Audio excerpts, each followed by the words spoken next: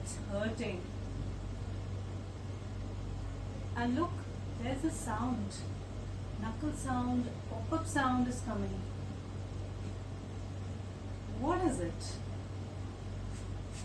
क्या है ये?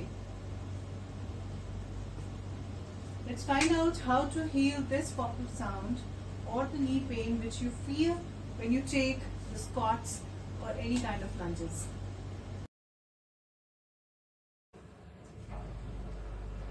So let me show you some stretches for your knee. So you have to take a towel or any cloth, जो भी घर में है, any cloth you can take. I just took a mini towel. So I'm going to roll it up. आप इसे role करें, fold कर लें और अपनी नी के बैक साइड में इसे लगा लें और धीरे धीरे अपनी नी को उठाइए और दबाएं, पूरा अंदर दबाएं जब तक आप टाल को अच्छे से स्क्वीज ना कर दें, तब तक मूव को चेंज ना करें। सेकेंड मूव में हम फुट को पूरा स्ट्रेच करेंगे जब तक आपका टो ऊपर ना आ जाए। Again let's move down, raise, down, raise, slowly करें और कम से कम 60 सेकेंड्स तक आप इसे परफॉर्म करेंगे।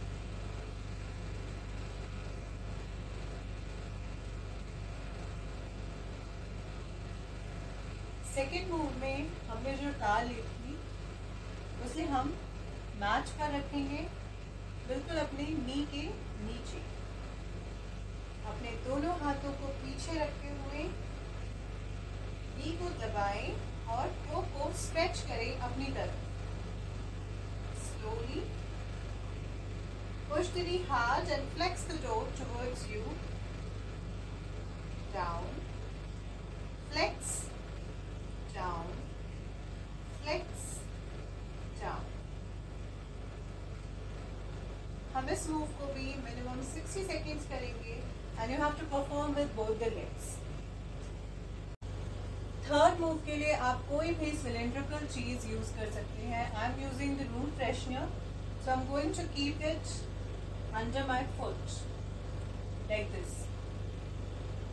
हील्स और टोज के बीच में आप इसे प्लेस करेंगे, जहाँ पे कर्व एरिया होता है आपके फुट में। अपने हाथों को पीछे रखिए और धीरे धीरे इन्हें रोल करिए जब तक आपकी नी स्ट्रेच ना हो जाए and slowly squeeze it. Roll, squeeze, role,